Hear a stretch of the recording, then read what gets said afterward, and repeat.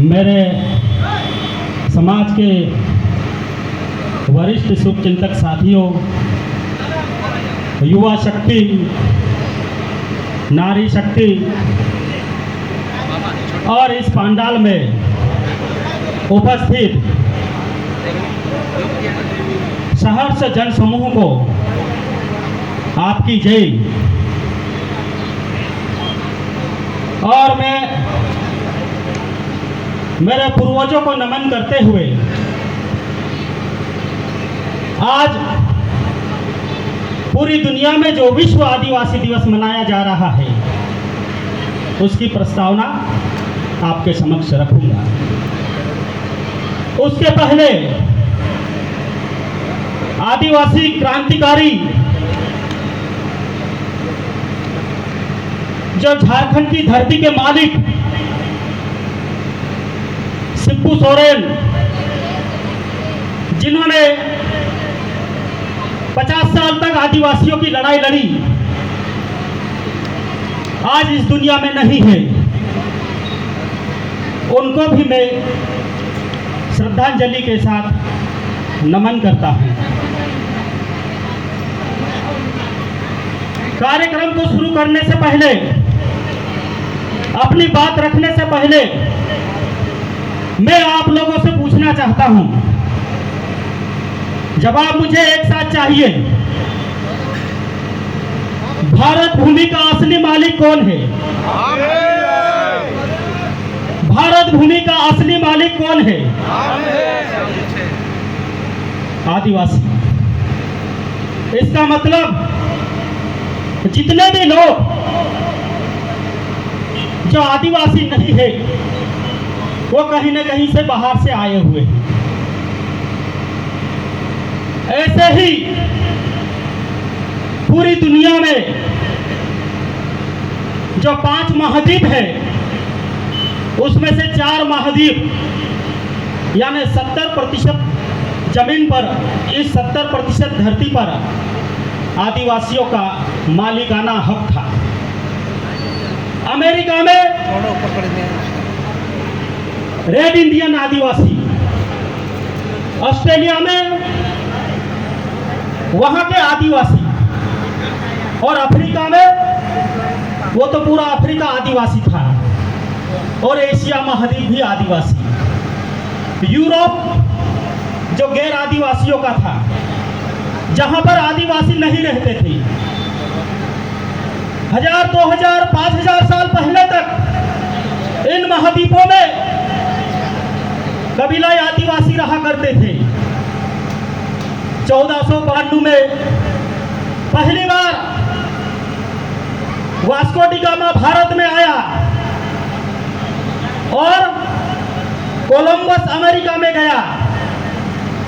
तो अमेरिका में जब कोलंबस गया तो उन्होंने देखा कि वहां पर प्राकृतिक संसाधन बहुत ज्यादा है और वहां का रेड इंडियन आदिवासी, जो माया सभ्यता के लोग कहते हैं, जिसको ज्ञानी पुरुष कहा जाता है,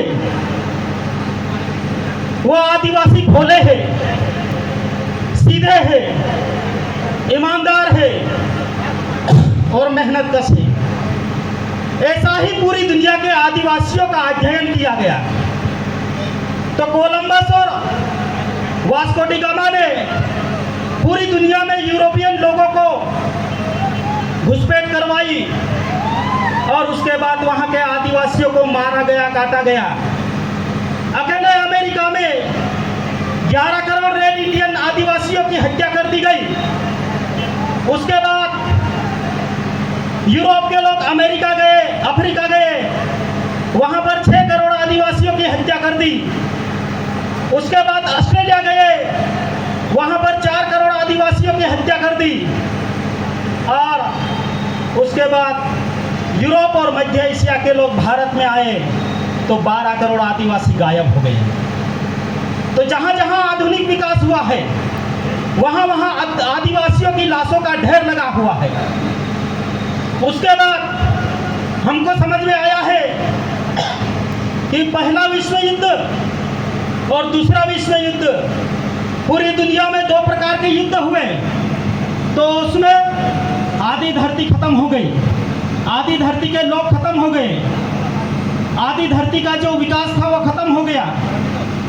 तो पूरी दुनिया में विश्व शांति के लिए, पूरी दुनिया में परमाणु हमले ना हो उसके लिए, अमन चैन से लोग रहे उसके लिए 24 दिसंबर 1945 में विश्व मंच संयुक्त राष्ट्र संघ का गठन हुआ और उसी के साथ विश्व बैंक का भी गठन किया गया।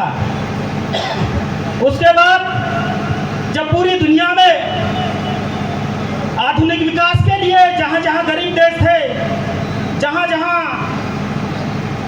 जहाँ युद्ध से देश बर्बाद हुए थे, उन देशों को आबाद करने के लिए, आधुनिक विकास करने के लिए, वहाँ के आदिवासियों के जनजीवन को ठीक करने के लिए, उनके जीवन शैली को, उनके जीवन को के उत्थान के लिए विश्व बैंक द्वारा कर्जा दिया गया। अपने गठन के 50 वर्षों बाद संयुक्त राष्ट्र संघ का एक उप आयोग का गठन किया गया और अध्ययन किया गया कि पूरी दुनिया में जितने भी आधुनिक विकास हुए हैं वहाँ पर आदिवासियों के ढेर लगे हुए हैं। हजारों लाखों करोड़ों में आदिवासियों की हत्या की गई है। इसलिए संयुक्त राष्ट्र संघ ने यह देखा कि जल जंगल जमीन की रक्षा करना जरूरी हो गया है, इस धरती को बचाना जरूरी हो गया है, तभी इस धरती का आदमी बचेगा, इस धरती का समाज बचेगा।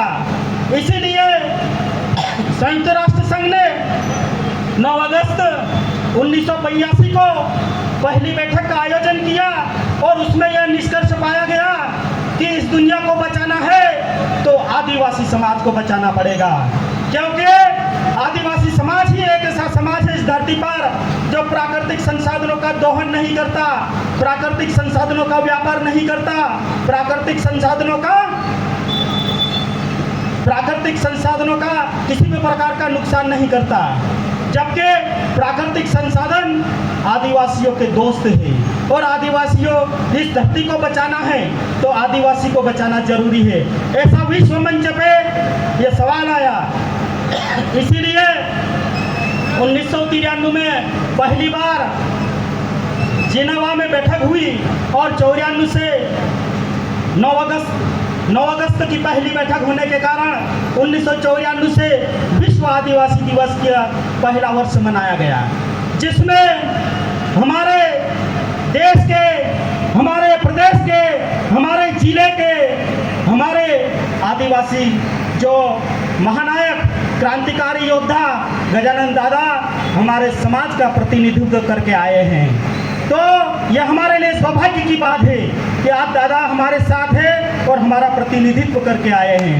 तो जहाँ जहाँ विश्व आदिवासी दिवस जो पहले जिनेवा में मनाया, उसके बाद अफ्रीका में, उसके बाद ऑस्ट्रेलिया में और उसके बाद भारत में, तो अब पूरी दुनिया में विश्व आदिवासी दिवस मनाया जा रहा है।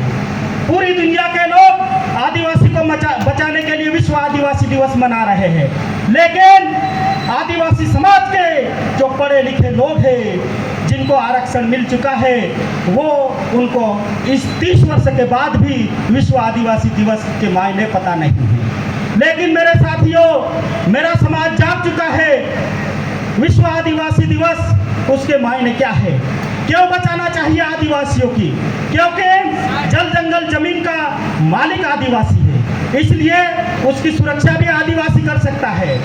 तो भारत में आज़ादी के बाद से जो आदिवासियों का जो संघर्ष हो रहा है, जितनी भी सरकारें हैं, दुनिया की जो सरकारें हैं, दुनिया के जो उद्योगपति हैं, वो आधुनिक विकास चाहते हैं। आधुनिक विकास के लिए बड़े बड़े बांध चाहिए, आधुनिक विकास के लिए बड़े बड़े कारखाने चाहिए, आधुनिक विकास के लिए बड़े बड़े शहर चाहिए, सड़कें चाहिए, उद्योग चाहिए। तो उसमें आदिवासियों की जल जंगल जमीन छीनी जा रही है, निरंतर आदिवासी मारा जा रहा है। 70% आबादी का मालिक पूरी दुनिया में 6% आदिवासी बचा है, भारत में 8% आदिवासी बचा है और सरकार, उद्योगपति सब मिलकर आदिवासियों को मारना चाहते हैं। जो आदिवासी नहीं है उनके दिमाग में भी आदिवासियों का शोषण करने की इच्छा हो जाती है और आदिवासी अकेला पूरी धरती पर जल जंगल जमीन की सुरक्षा की लड़ाई कर रहा है। आदिवासी चाहता है कि जल जंगल जमीन बचना चाहिए, हवा बचनी चाहिए, पानी बचना चाहिए, ये दुनिया का अस्तित्व बचना चाहिए। तो जल जंगल जमीन बचेगा तो आदिवासी अकेला नहीं बचेगा। आदिवासियों के साथ तमाम जो गैर आदिवासी है पूरी दुनिया पे कब्जा कर चुके हैं वो सब बचेंगे, लेकिन उनके दिमाग में अभी भी ये बात समझ में नहीं आ रही है। तो मेरा उन लोगों से भी निवेदन है कि ये लड़ाई सिर्फ आदिवासियों की नहीं है, ये लड़ाई पूरी मानव जाति की लड़ाई है।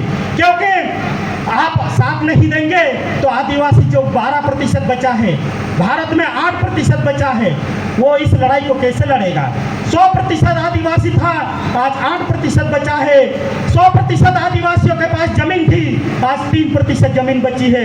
97% जमीन को आपने औने पौने दाम में खरीद लिया और अभी भी आपके दिमाग में और जमीन खरीदने का और जमीन हड़पने का और जमीन हथियाने का षड्यंत्र चल रहा है। तो आप जल जंगल जमीन बचाने को अपना दुश्मन मानते हैं। सरकार चाहती है कि हमको जमीन मिल जाए और आदिवासी विरोध भी नहीं करे। इसलिए अभी भी पूरे भारत में आदिवासियों का संघर्ष चल रहा है। आदिवासी को नक्सली बताकर उसको बंदूक का निशाना बनाया जा रहा है। आदिवासी इलाकों में जितने भी थाने हैं उसमें 90% आदिवासियों को अपराधी बनाया जाता है। तो आदिवासी को अपराधी बनाना, आदिवासी को नक्सली घोषित करना, आदिवासी को जेल में बंद करना, आदिवासी आदमी अच्छा नहीं लग रहा है। लेकिन आदिवासी की जमीन अच्छी लगती है, आदिवासी की संस्कृति अच्छी लगती है, आदिवासी का पहनावा अच्छा लगता है, आदिवासी की सभ्यता अच्छी लगती है, आदिवासी की बहन बेटियां भी अच्छी लगती है, लेकिन आदिवासी अच्छा नहीं लगता है। यह दुर्भाग्य की बात है मेरे साथियों। हम सबको मिलकर इस जल जंगल जमीन की लड़ाई लड़ना है। आपको ऐसा लगता है कि यह आदिवासियों की लड़ाई है, पुलिस प्रशासन भी आदिवासी के साथ खड़ा नहीं है, हमारा नेता भी आदिवासी के साथ खड़ा नहीं है, सरकार भी आदिवासियों के साथ खड़ा नहीं है, उद्योगपति भी आदिवासियों के साथ खड़ा नहीं है और आदिवासी के पास तीर कमान के अलावा कोई हथियार नहीं है। तो लड़ाई कैसे लड़ेगा।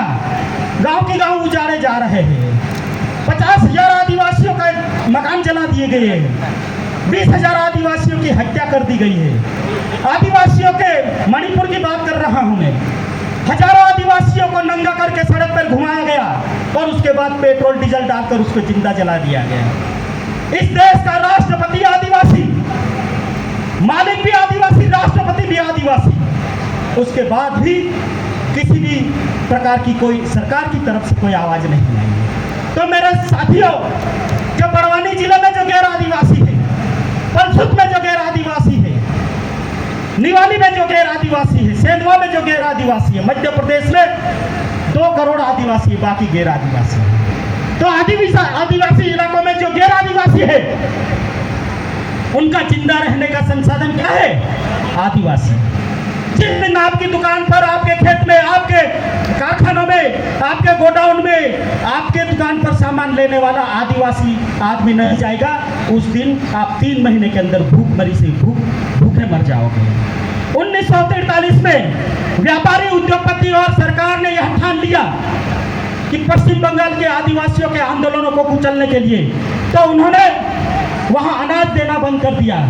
तो भूख से 3 महीने में 20 लाख आदिवासियों की हत्या कर दी गई। तो इस प्रकार सामूहिक नरसंहार के रूप में आदिवासियों की आए दिन हत्या की जा रही है।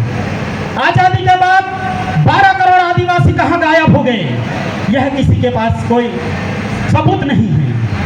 आदिवासी की जमीन छीन लो, उसको मुआवजे के रूप में धनराशि दे दो और उसके आसपास बड़े बड़े ढाबे बना दो, दारू की दुकान लगा दो और वो धनराशि उससे वापस छीन लो। यह षड्यंत्र चल रहा है साथियों। आदिवासी को मुआवजा नहीं चाहिए, 1 एकड़ के बदले 10 लाख रुपए मुआवजा नहीं चाहिए, आदिवासी को उसकी जमीन चाहिए। एक आवाज पे उद्योगपति पर लाखों एकड़ जमीन, हजारों एकड़ जमीन लुटा देते हैं, लेकिन एक भूख से मरने वाला आदिवासी, गरीब आदिवासी जिसके पास जमीन नहीं है, उसको 1 एकड़ जमीन देने के लिए सरकार के पास नहीं है और वह जमीन मांगता है तो उसके घर बुलडोजर से उड़ाए जाते हैं, उसे मारा जाता है, लाठियों से उसकी हड्डियां तोड़ी जाती है और उसको इतना मारा जाता है कि वह इस व्यवस्था के खिलाफ हेलो आवाज भी सभी नहीं साथी उठा सकता है। अपनी जगह पे बैठे रहे। झाबुआ की नृत्य टीम ढोले फेफरे वाली भी हमारे बीच में आ गई है। आदिवासी दिवस है, ये आज का दिवस चिंतन मनन का दिवस है, विश्लेषण करने का दिवस है और आदिवासी को कैसे बचाया जाए कोई भी और साथी आदिवासियों के जल जंगल